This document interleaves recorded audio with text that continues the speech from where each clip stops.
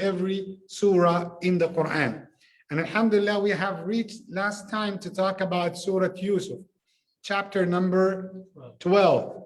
And the surah, and we mentioned that it is one of the rare chapters in the Quran, because the surah or the chapter was revealed one shot upon the Prophet Muhammad sallallahu alaihi wasallam, and it covered the entire story from cover to cover, from the beginning till the end.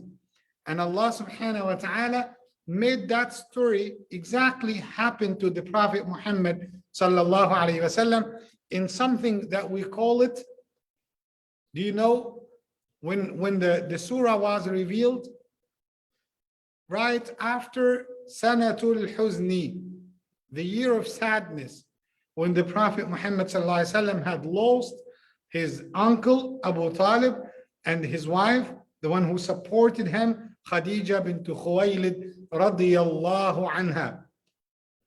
So Allah subhanahu wa ta'ala wanted to console and to comfort the heart of the Prophet Muhammad sallallahu alaihi wasallam, especially after he lost a main pillar in defending him, like his uncle Abu Talib.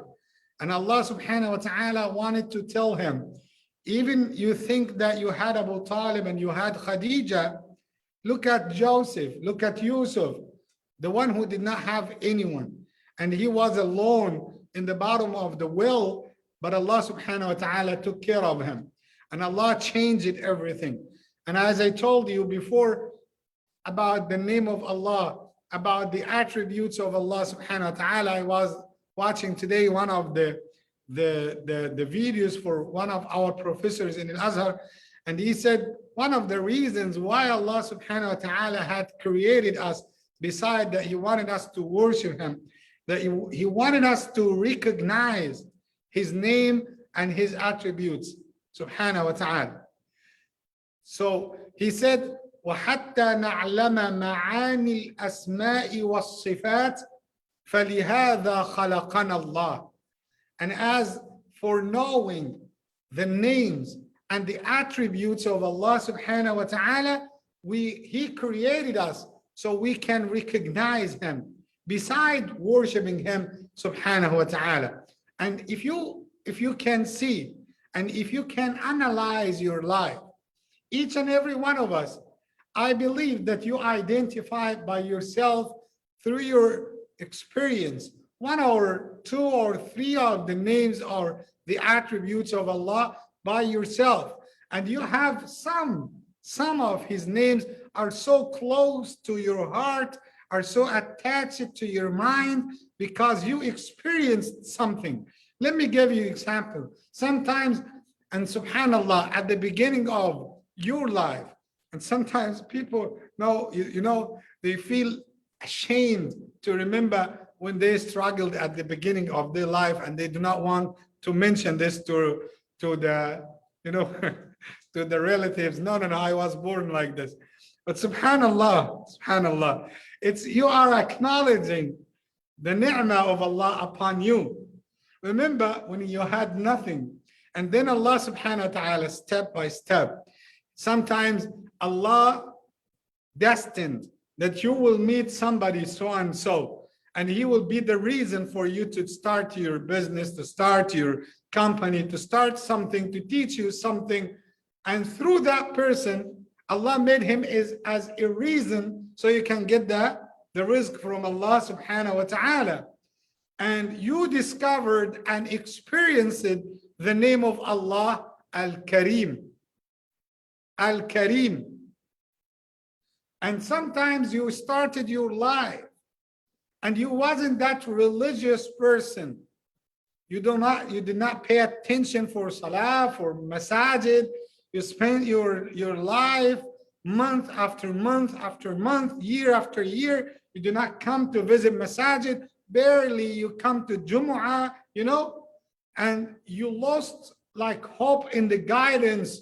And you said, it's impossible to come to me. And all of the sudden you saw that Allah showered you with his guidance, and then you will get afflicted and affected by the name of Allah, Al-Hadi, the one who is guiding.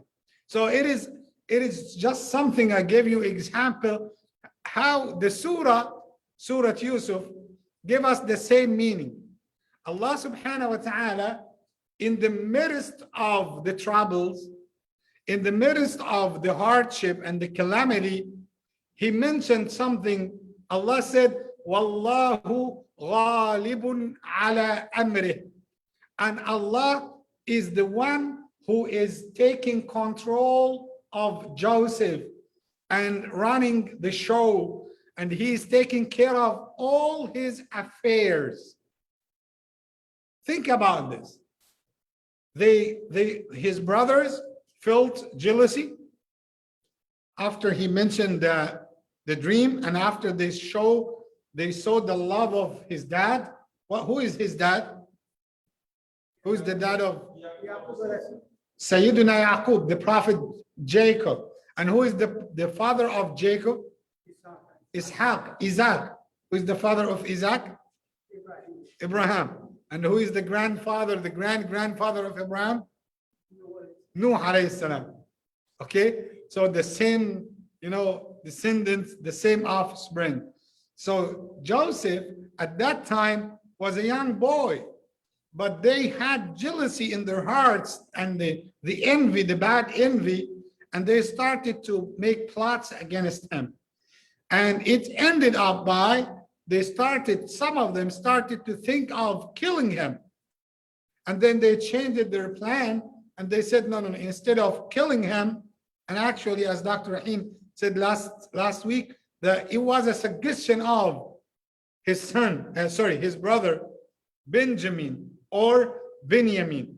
Some of the narrations said, yes, it was a suggestion of Benjamin because he was the closest to Joseph, but and at the same time, he didn't want to disobey them. He didn't want to interrupt them, to show animosity to his brothers, because they were 11, all of them, they were 11. So you can imagine if you have 11 brothers and they come together against you. So maybe one brother like Ali, he drives you crazy, okay? But imagine if you have 11 Ali in the house. So that is too much, So Allah subhanahu wa ta'ala made it easy for Yusuf alayhi salam, and Allah put his plan right while they are doing their plan.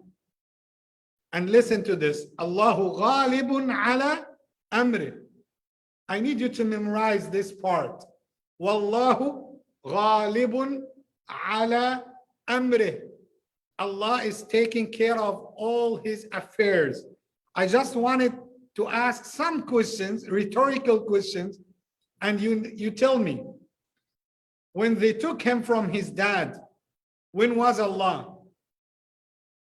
And when they throw him inside the well, when was Allah?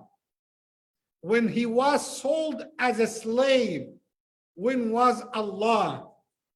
When he was raised up in another house other than the house of his dad, when was the plan of Allah? Sometimes, why I'm asking this question, I know where was Allah subhanahu wa ta'ala, but I'm telling you it's a rhetorical question just to arouse your minds.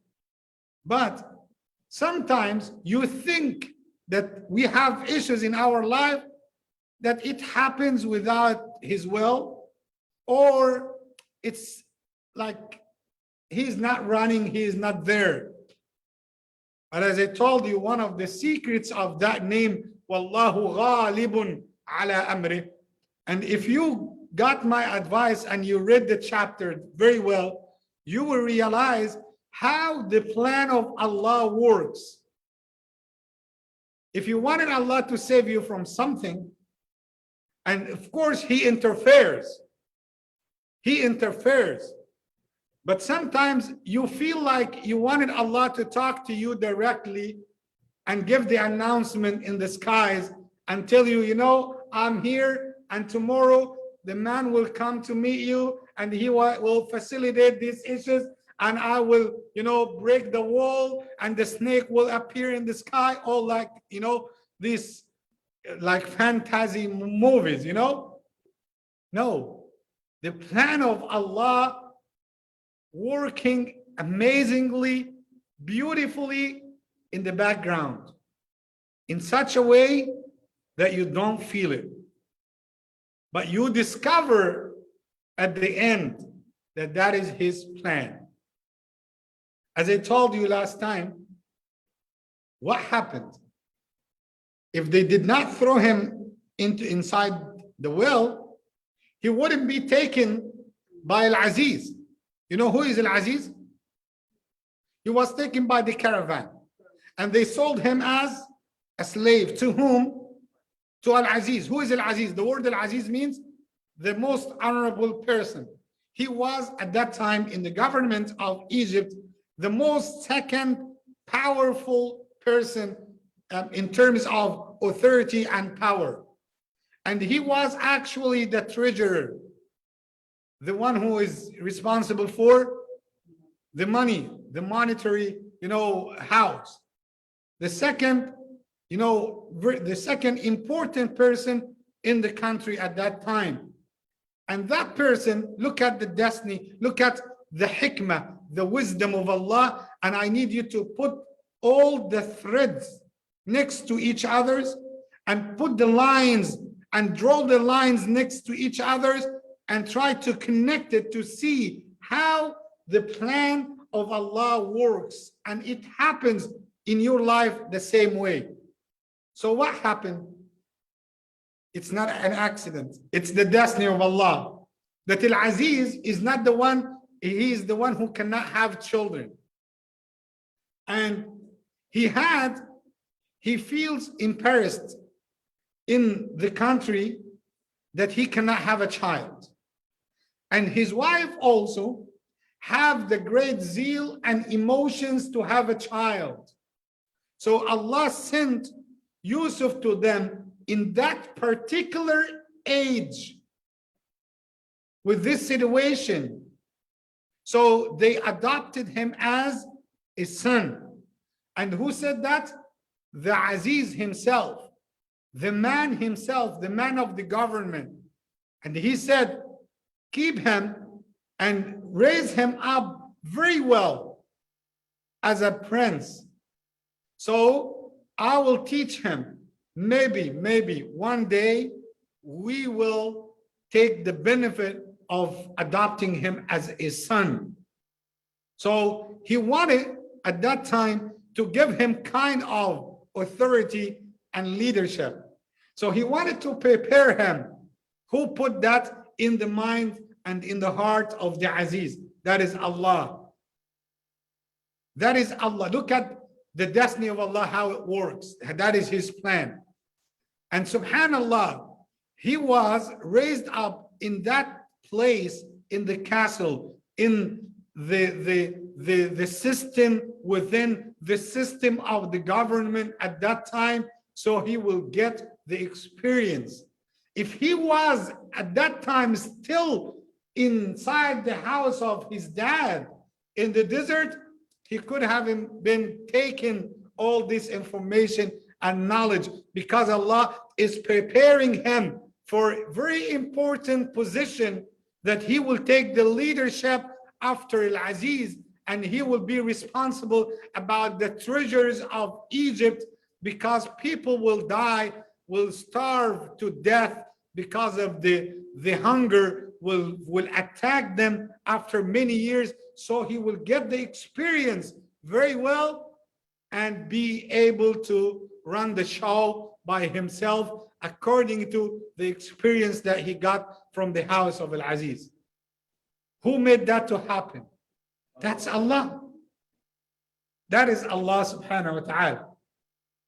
But he wanted another type of experience. Please pay attention for this. I'm not willing today to just to give you the story, but I wanted to draw the lessons from the story so we can learn. Sometimes you got something in your life and you are so upset. Sometimes Allah is testing you with something and you talk with Allah, oh Allah, why me? Why everything, every time, all the bad things happen to me? You don't know.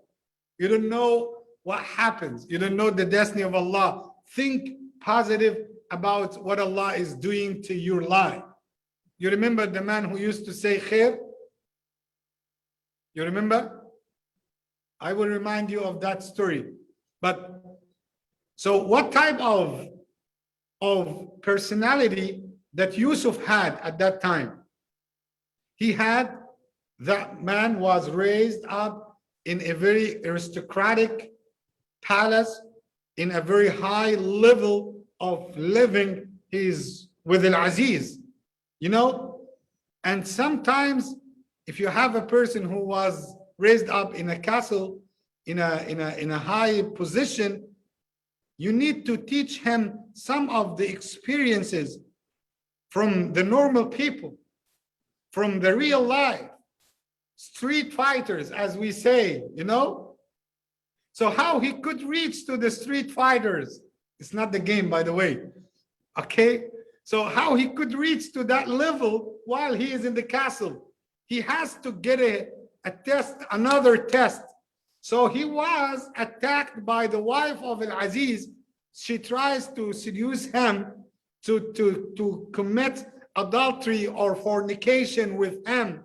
And when he refused, she got mad at him. And at the end of the story, she gave the order that he will be taken to that, to be put in the prison, to be put in a jail, where are the street fighters are there. So he will get the other experience, and his personality at the end of that time, it will be mixed with a very solid, powerful, and intelligent person who has the official experience how to run offices and issue laws, and how to run the office, if we said that, and at the same time how to deal with people. Who made that? Allah. This is the destiny of Allah subhanahu wa ta'ala. So everything, even if it seems like it is bad in your point of view at that time, but you will realize after many years, that it was good for me. I told you before about one of my relatives who had the business, and the business was based on usury, was based on haram. And subhanallah, people used to give him nasiha, give him advices after advice. He say, if I stop the business, nothing will come to me. I will be poor again. And you see, my kids and my daughter, my son, I wanted to spend on them. They used to have a special level of living. And I don't want to drop and to take them back to the poverty, and look at our image in the community and all this stuff. And subhanallah, all of a sudden he got something and he lost his business completely. And when he lost his business, he came back to the masajid and he repented to Allah, and he became a religious person. After 3 years, he started a new halal business, and he became very successful and very close to Allah subhanahu wa ta'ala. So before the accident which happened to him, he was a rich person, but he missed the spiritual side, the iman, the religion.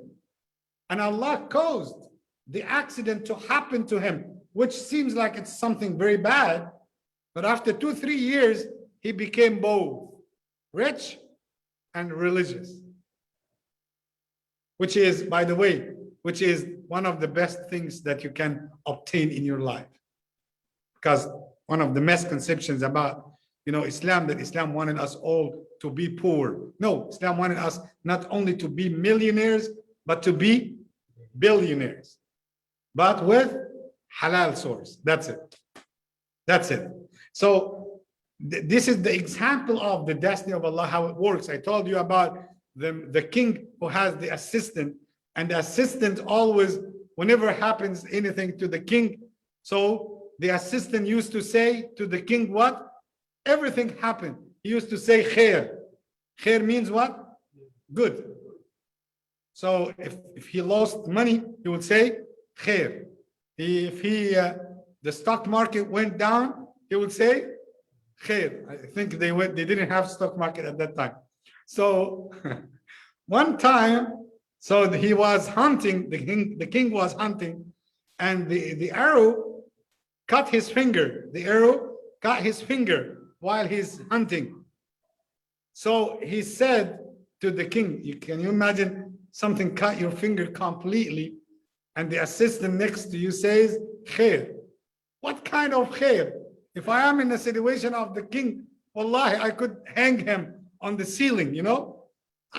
It's hurting and I'm crying out of pain, and you say khair? What kind of khair? So he got mad at him. He got mad at him.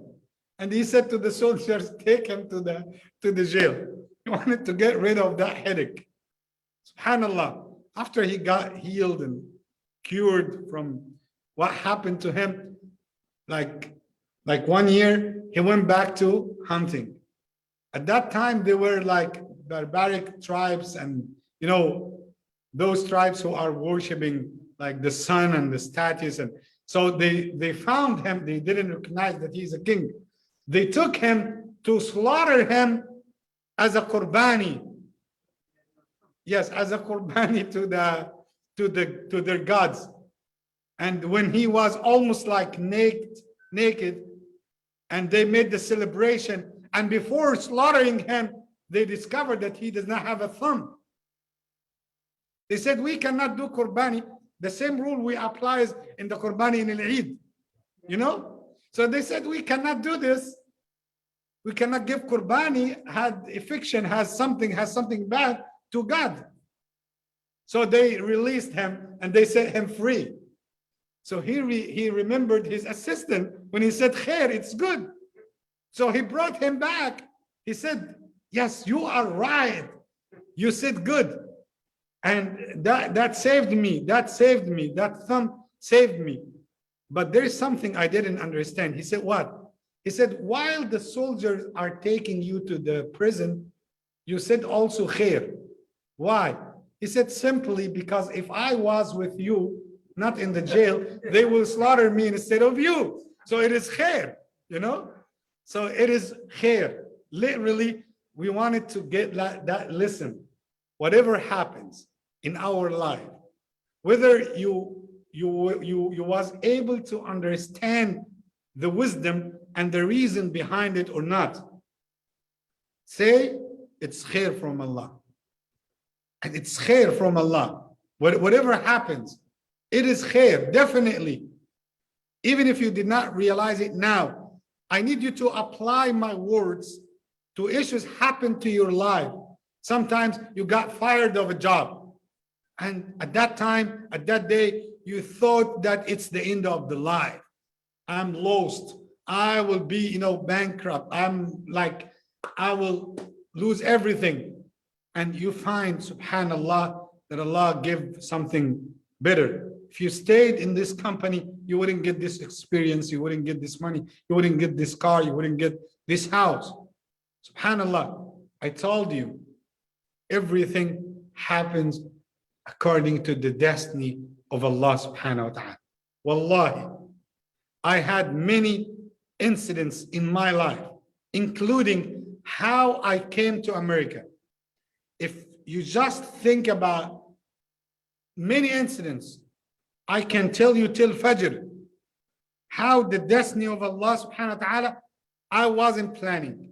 I wasn't, subhanallah, I was, like fighting with somebody in my office, in my school, and he was almost reckless, don't pay attention to the directions that I'm giving to him.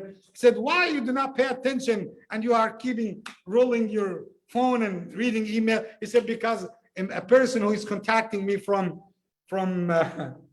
I forgot the name of the state, from Michigan, and he wanted me for him to go to the United States. I said, okay, but I need you to pay attention here to the work after 2-3 days. He said he wanted someone to be hafiz for the Quran. I said, go and memorize the Quran, then you can go. After 2-3 days, he said they wanted somebody who is speaking English, hafiz and speak English. And it seems like they wanted you. I said, what? I don't know anyone. He said, no, they wanted to talk to you. So it is something, look at how it is started for somebody else, and that's the destiny of Allah. He wanted me to talk to him in such, maybe I was angry at that time, but think about his destiny, subhanahu wa ta'ala. Wallahi, sometimes even that happens to me in the khutbah of Jumu'ah. Sometimes, like I'm planning something, and just before the Jumu'ah, something happens, or I got a cold, or I read hadith, or I read a verse in the Quran, then that changes the topic of the khutbah completely. I'm certain it is rizq from Allah to me that He sent to you. So sometimes you plan something, you prepare something, but Allah needs something different. So everything comes from Allah is khair. So I need you to teach your wives that it is khair. Your children, it is khair. But do not go to marry another woman and say to your wife, it is khair. That would not be khair at all. Okay? So do not say that Imam said it's khair. No, wait. Yes, of course it's khair, inshallah. But just kidding. Don't tell your wife that it is khair. Otherwise, she will kick you out of the house. And then you will come to Imam, say, Imam, can I sleep here in the office? It wouldn't be khair for the Imam himself. So may Allah subhanahu wa ta'ala protect all of us. Allahumma ameen. Inshallah, we still have another lecture, another session with Sayyidina Yusuf inside the prison. What happened to him? What about the interpretation of the dreams? What about the skills that Allah granted him to give the interpretations of the dream? And then I will give some of the answers about nowadays. If there anyone can give interpretation for the dreams, who has the knowledge and the qualities to give interpretations for the dreams? And do you think that everything we see in our dream while we are sleeping, is that what we call it ru'ya? Is that something can be explained, or can we give interpretation to for anything we see, or just specific things we see in our dreams? Lots of things needs to be covered. And every time I feel like the clock is chasing me. But may Allah subhanahu wa ta'ala accept our time for His sake. May Allah subhanahu wa ta'ala accept our worship. Allahumma ameen, ya Rabbil Alameen. Jazakumullahu khairan. Barakallahu feekum. I can see, mashallah, Hajj Wajdi, mashallah, is almost like the moon, mashallah. Kal Badri, mashallah. Barakallahu feek. Jazakallahu khairan. I can see Brother Fazal, may Allah subhanahu wa ta'ala bless him. Allahumma ameen. Sister Fifi, Deen Ibrahim, Imtiaz Khan, Shalizuddin, Ahmed Ali, Brother Zaf Zabar, Auntie Maryam, Bibi Aisha, Khadija Adnan, Dr. Siddiqui, Hajj Wajdi one more time, Brother Muhammad Nasruddin, Sister Azima, and Sister Bibi Jamir. May Allah subhanahu wa ta'ala bless everyone. And of course, we are making dua for all the brothers in the masjid. May Allah accept our time. Jazakumullah khairan. Barakallahu feekum. Inshallah, see you tomorrow, another time with Riyadh al-Salihin and the hadith of Rasulullah sallallahu alayhi wa sallam. Do not miss tomorrow. It is so important. We have a lot to talk about the hadith of Rasulullah sallallahu alayhi wa sallam. Jazakumullah khairan. Assalamu alaikum wa rahmatullahi wa barakatuh.